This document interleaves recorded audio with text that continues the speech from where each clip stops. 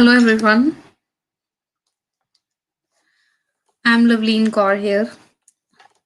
So,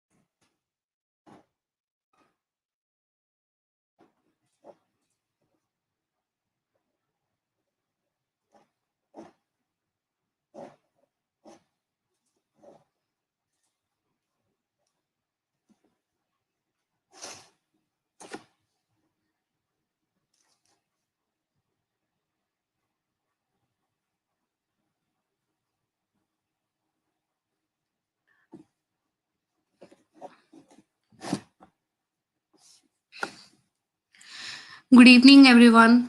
I'm Loveleen Kaur, software engineer at Trenter and core team Google Developers Group Chandigarh member. I welcome you all in the session of Introduction to Android. So, first of all, before beginning of the session, my first question is that before introducing to the topic Android, that whenever we hear the word Android, what comes in our mind? Like why Android, what is Android, and why we are using Android. So the answer of this question is very simple. If we see all over in the world that majority of the mobile phones have Android operating system, like more than 80% of mobiles having Android operating system. So the answer of this question is in the next slide, that the first point is market share, that around more than 80% mobiles having Android operating system, because the market of Android is very broad as compared to any another operating system. Like we have iOS, we have BlackBerry, and we have also some customized type of operating system which is built on the shell of the Android. But as compared to all the operating system, the market share of Android is large because it is reliable, it is the most cheapest, and it is also available in majority of the phones. The next important point of the broad market of the Android is also that the Android app development also we can perform on Windows, Mac, and Linux as compared to iOS. Because if we are thinking like a developer,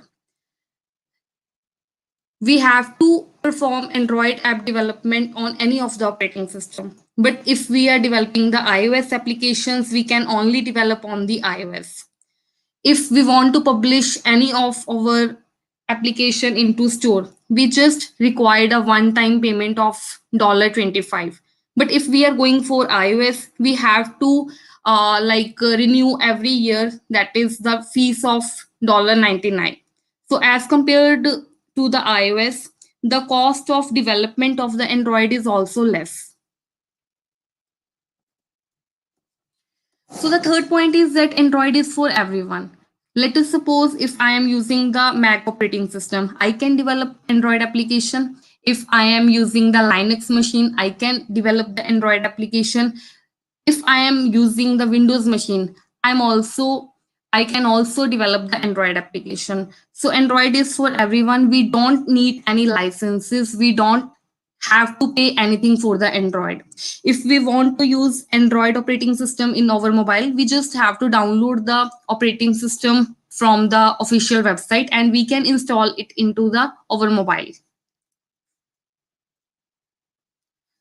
So now the first question is that what is Android? So basically it is a Linux based operating system which is built on the shell of the Linux, and it is initially developed by the Android Inc. and Open Handset Alliances.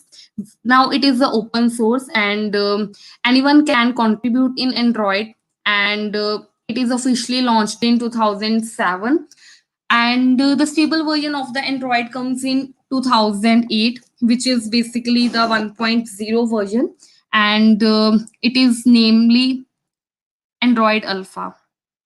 And now in current situation, Android owns around 80% of the market. Like if we saw the Android applications can be run in any mobile. Like if we want, if we are going to purchase Samsung mobiles, Oppo mobiles, Realme mobiles, Mi mobiles, all the mobile phones having Android OS.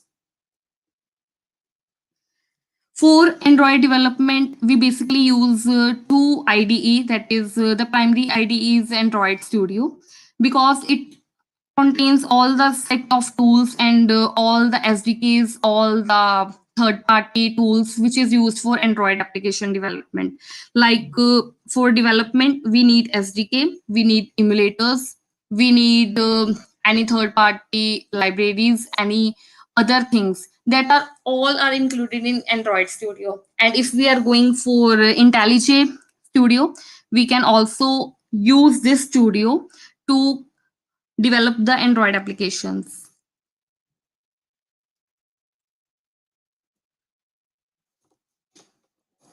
So there is one quote related to programming, that a modern programming language that makes developers happier.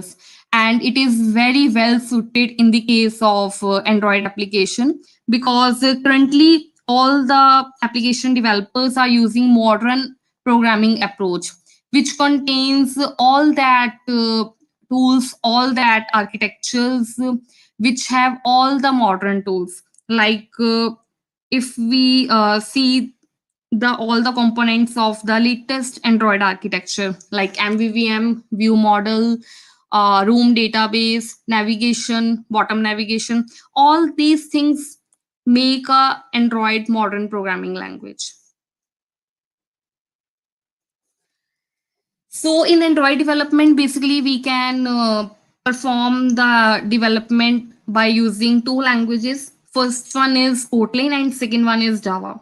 So Kotlin is most preferable language that is recommended by the Google, because Kotlin is open source general purpose language, and all the drawbacks which are there in Java, that is eliminated by the Kotlin.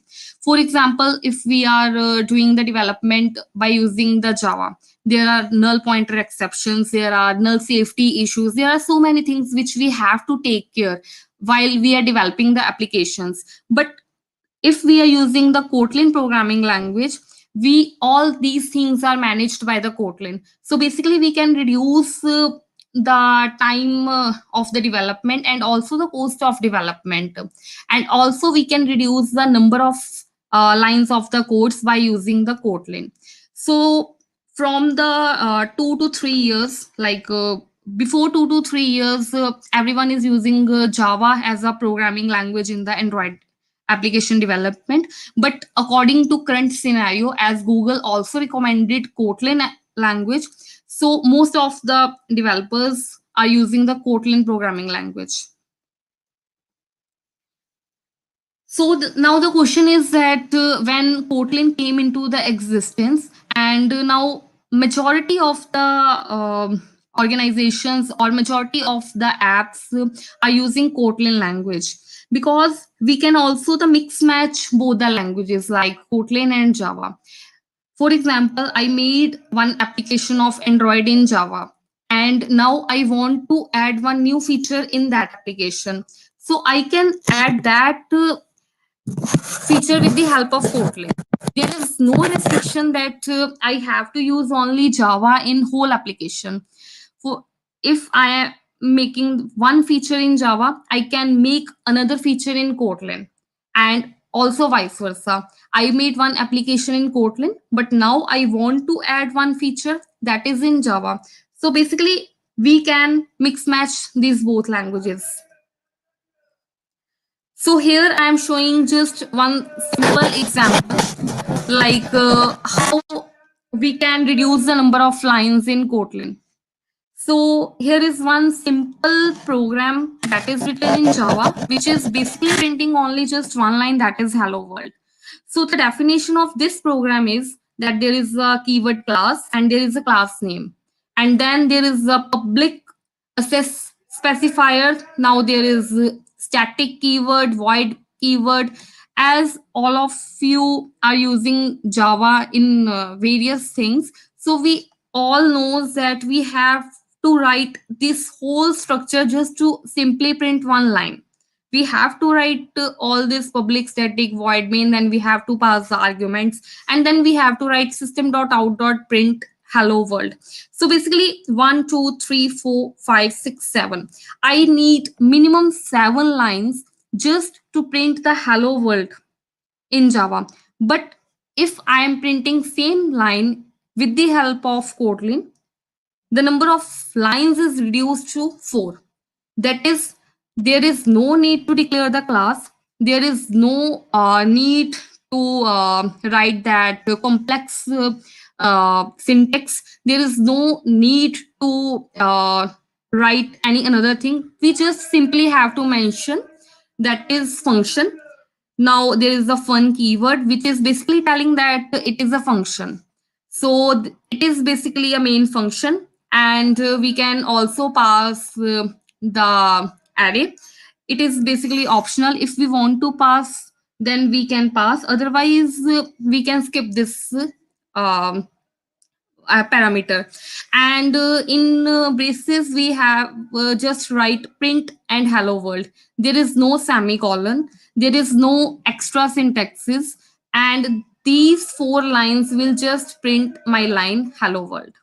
So by seeing these both example, we can basically differentiate that how the number of lines we can reduce with the help of Kotlin, and also the major part is that there is optional semicolon in Kotlin. We can specify the semicolon at the end of the line, or we can also skip that semicolon. That is totally up to the developer that he or she want to use that semicolon or not. This is just one example that how we can reduce the number of lines in Kotlin, but there are plenty of examples. There are so many extension functions that are present in Kotlin. There are so many new features that are in Kotlin, with the help of which we can reduce the timing of the development. So coming back to the Android, so basically we have system permissions in Android. And if we are developing the applications, we have to consider this system permissions, that which type of permissions we have to ask from the user. Like before Marshmallow, that is Android 5.0. The system permissions are given at the time when we are installing the application from the Google Play Store. But after Marshmallow, like in Nougat, in Oreo, in Pi, in 10, and in 11, we have to give the permission to the application at the runtime. Let us suppose I am going to upload any picture from the application. Then that application will ask that permissions at that particular time. So, if we are going into the Android application development, firstly, we have to check that which type of system permissions we have to ask from the user. Because if we are unnecessarily asking permissions from the users, maybe a user will uninstall the app, maybe user will not give us the permission, he or she can deny that permissions and our functionality will not break. So we have to check that which type of permissions are needed by our application. So basically, there are four main components of Android application, that is activities, services, broadcast receivers, and content providers. Or I can also say that these are basically the four pillars of Android application development. So everything which is seen in our mobile or in our screen, that is called activity. For example, we are opening the WhatsApp screen. We are opening the Chrome. So that the first screen which will come into the mobile application, that is called activity. So application is basically a collection of activities. That activities can be of same type or can be of different type. Like we have one activity that comprises of login screen and register screen, and we have some another type of activity which have activity. So basically, Android application is a collection of activity. In other words, I can also say that activities are equivalent to web pages. Like in web, we say that the website is a collection of web pages. And in mobile application development, we say that application is a collection of activities. So the second component is services. Anything which is running, even the application is killed, even the application is not in the foreground, that is called service. For example, I killed my application. I am not currently using my application, but still I am getting the notification and still I am getting the calls that are basically a services. We cannot kill the services by going into system settings or by going into application settings. We can see these services in the settings, but these services basically run even our application is killed.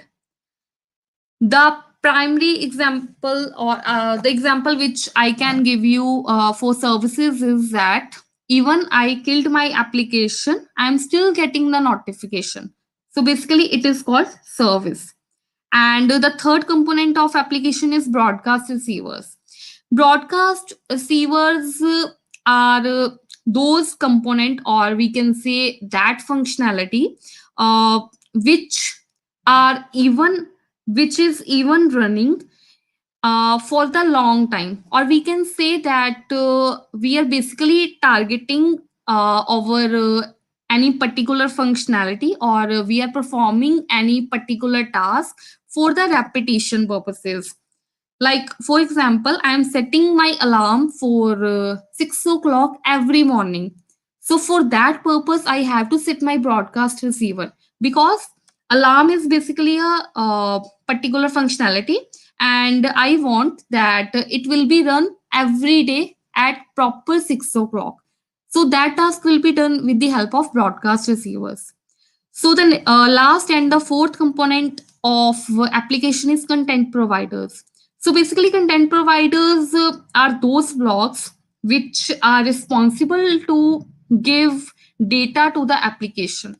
For example, I store my particular data in database, or I am collecting that database from any third party service, from any third party API, or I can also bring that data from my local database also.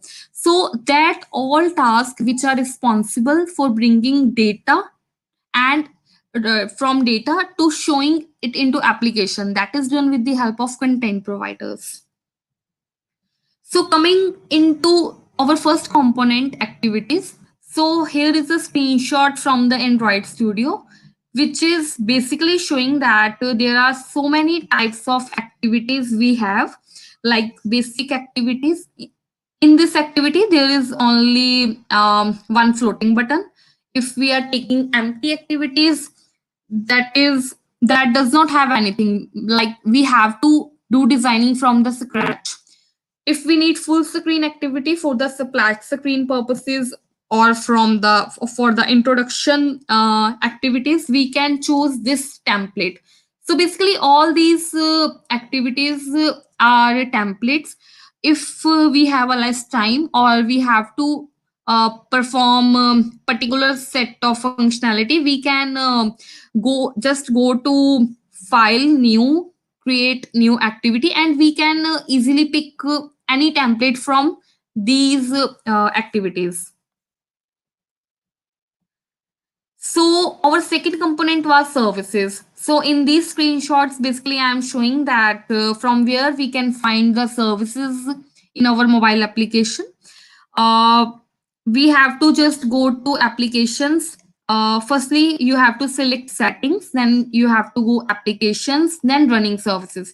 Now you can see here that there is a launcher, there is settings, there is Facebook, because Facebook is also running. Even we killed our application, still we are getting notification of we have one unread message. We even get the calls, even our application is killed. So it means that Facebook is also running some type of services in the background. And here is the battery widget service. Basically it is responsible for showing alerts to the user. If I only have 20% battery in my mobile phone, so it will show that only 20% battery is remaining. So it means that that dialog appears in our mobile screen with the help of this service. So the now last point is that broadcast receivers. So here the example of broadcast receiver is the notification. We can use broadcast receivers for various purposes. Like we can use local broadcast also, and we can use some external type of broadcast also. For example, if we want to merge two notification, first of all I will get first notification, then immediately after that I will get second notification. So now what broadcast receiver will do, that it will concatenate both the notifications and it will merge into third type of notification, that is two new messages from George and from Long. So this can be done with the help of broadcast receivers. Our next component of application is content providers. So basically there are four steps through which we can provide the data to our application. So the first step is that our activity or fragment will uh, call the provider, that it will request the provider that that particular activity or fragment needs the data. And what that provider will do, it will fetch the data from the database according to the requirement, and it will revert back to the application. So the first step is that activity will request data from the provider. The second step is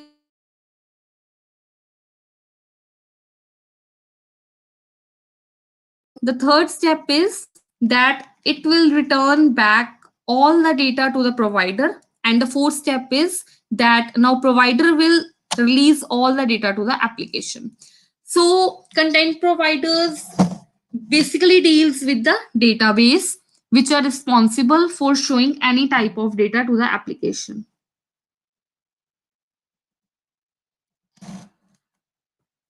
These are the steps, or I can say these are the things which we have to do if we want to go in mobile application development. So first of all we need Android Studio, because it is basically that software, or I can say IDE for Android development, which we will need. We can also perform Android development with the help of Eclipse or with the help of IntelliJ. But for that softwares, we have to install all other applications separately. But what Android Studio do, that it provide all the features or all the SDKs. We just have to install one single software, and we are good to go with the development part. And second part is Google Console APIs. So if we are going into Android application development, we have to learn about the Google Console APIs, because Google APIs provide so many features, or it provides so many APIs which are used in so many applications, like in maps we can use distance API. In maps we can use route API. That all APIs are provided by Google. So we have to learn about Google Console APIs.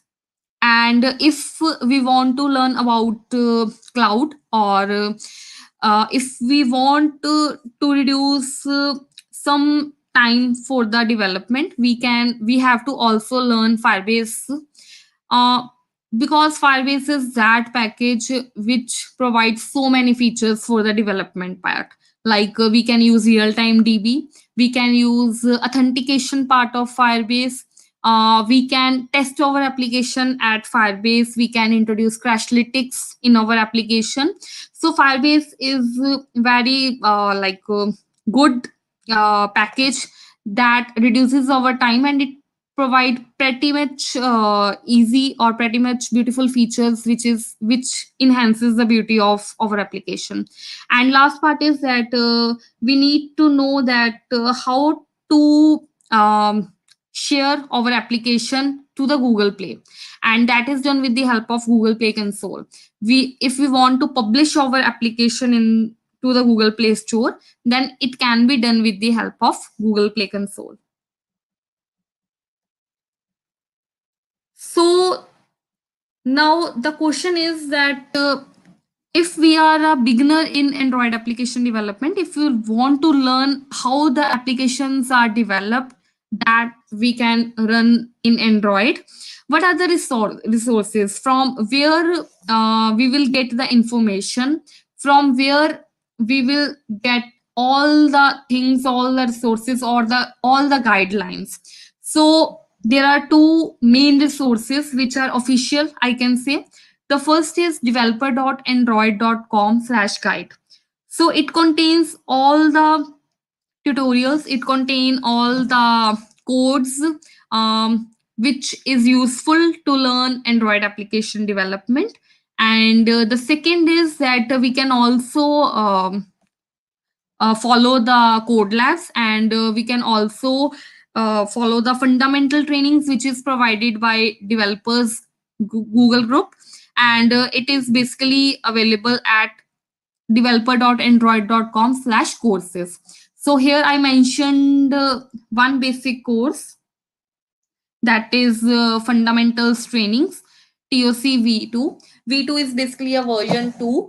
So if you are a beginner in Android application, firstly you have to learn about the fundamental training part 1, and then you can go for version 2 also. So other than these resources, there are also so many third party websites, or there are so many third party tools from where you will get the information. Like you can enroll in any course in Udemy, you can go for Coursera, EDX. There are so many websites which can make a proper path for you to go in Android application development.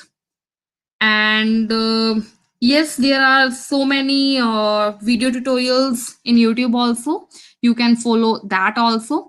But for beginners, I can say that if you are learning Android application development now, or if you are planning to learn Android application development, you should go for Kotlin as compared to Java, because Google is supporting Kotlin. And Yes, the Java is the base, and so many applications are developed in Java. But like from 2 to 3 years, Google is supporting Kotlin. You should learn Kotlin first, and then you are good to go with the Android. So it's all about Android application development. And now, if you have any questions, I will check the comment section.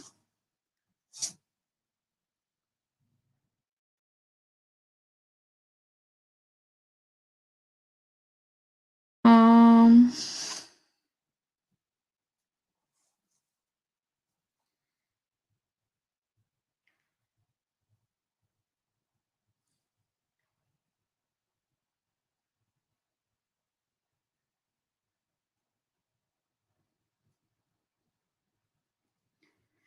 so if you have any question related to Android application development, related to Kotlin, or related to mobile development, you can write your question in comment section.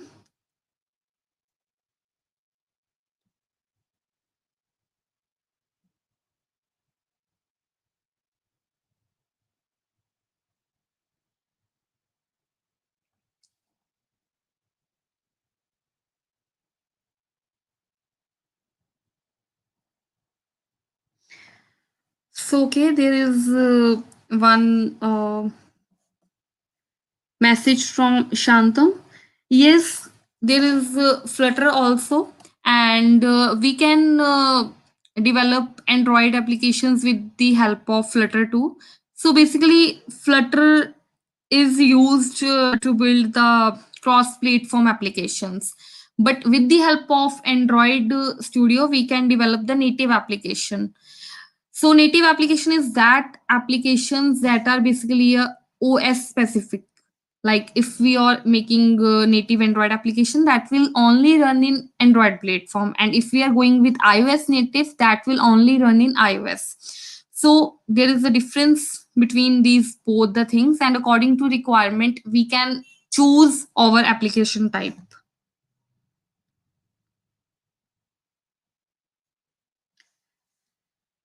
Uh, okay. Yeah, yes, Bhavesh. If you have a basic knowledge of Java, you can basically it is our your choice that you want to go with Java or Kotlin.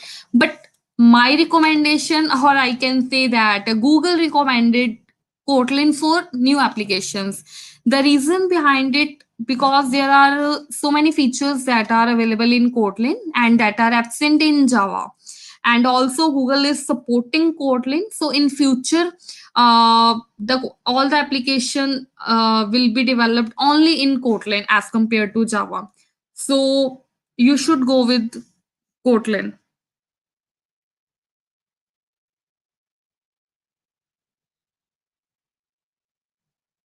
And you can check all the resources that are mentioned in the comment section.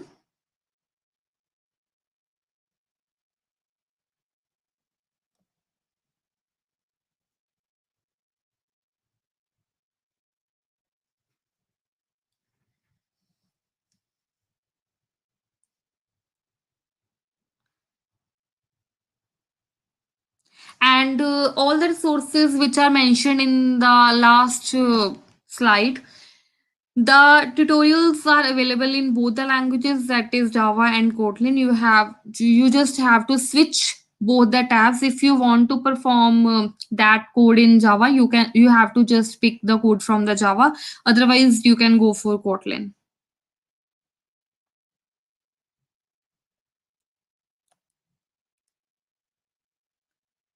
Okay. Yes, Pranav. You can become Android developer if you have experience in web development. If you are going for mobile development, you just have to learn. You just firstly you have to select the technology or the tool in which you want to go. Like if you want to go in native Android development, you have to firstly learn Java or Kotlin.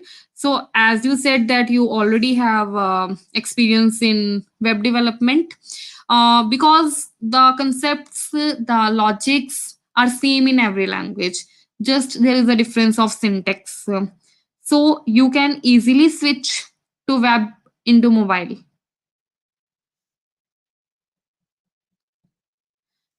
Like the syntax of Java language, Swift, C Sharp, and Kotlin. All are pretty much similar.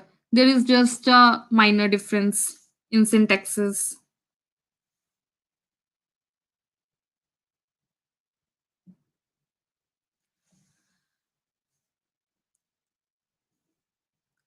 Okay.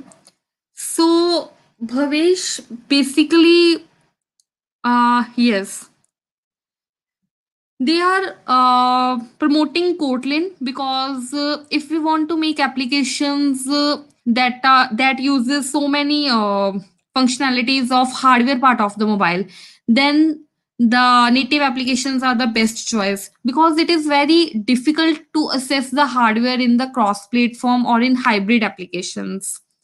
Like for example, if you want to capture just one image, so if you want to capture the image, so basically you are assessing the hardware, that is camera of the mobile.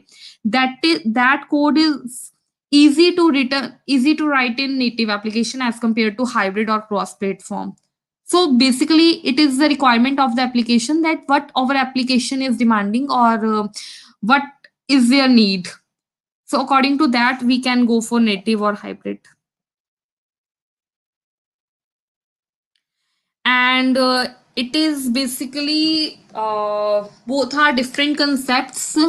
So again, I am saying same thing again, that it is our choice and it is our need, that what is the basic need of that application. According to that, we can go for technology and we can choose the technology.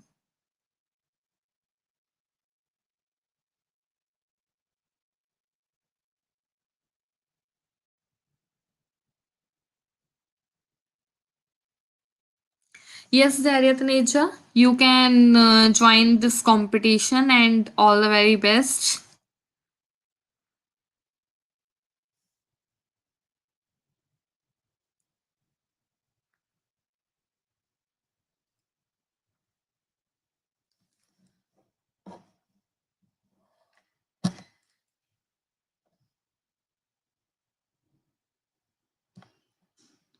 Okay, still, if you have any question, you can post your questions at our in by tagging GDG Chandigarh, or by tagging WTM Chandigarh, or OctaHacks, and we will get back to you with your all queries.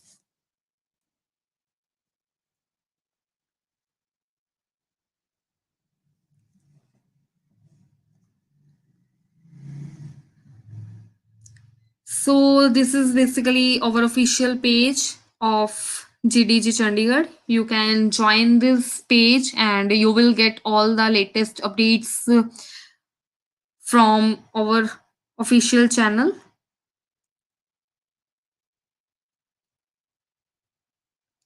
Yes, Ben, you can join OctaHack. You can participate in that event.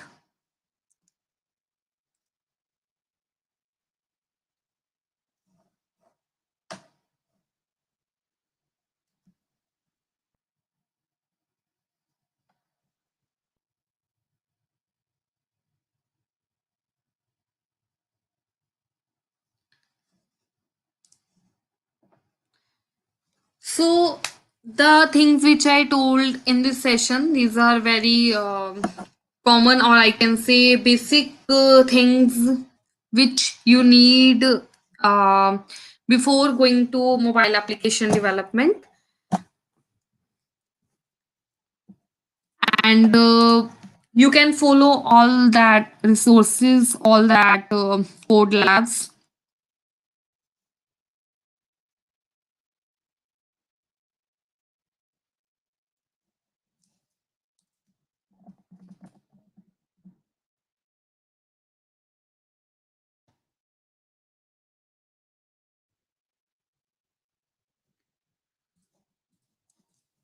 So, okay, guys, I am just wrapping up my session by this note that if you want to go into mobile application development, especially in Android development, there are so many things in which you can explore, you can learn, and you will enjoy the mobile development very much if you are really go with this in this development part with interest. If you have interest in mobile, because like mobile is very basic necessity in our today's life, and all we basically using the mobile applications, so many mobile applications, and just we have to think that how these applications are made. If you have this type of interest, you will really enjoy the mobile application development. And all the very best for the OctaHacks.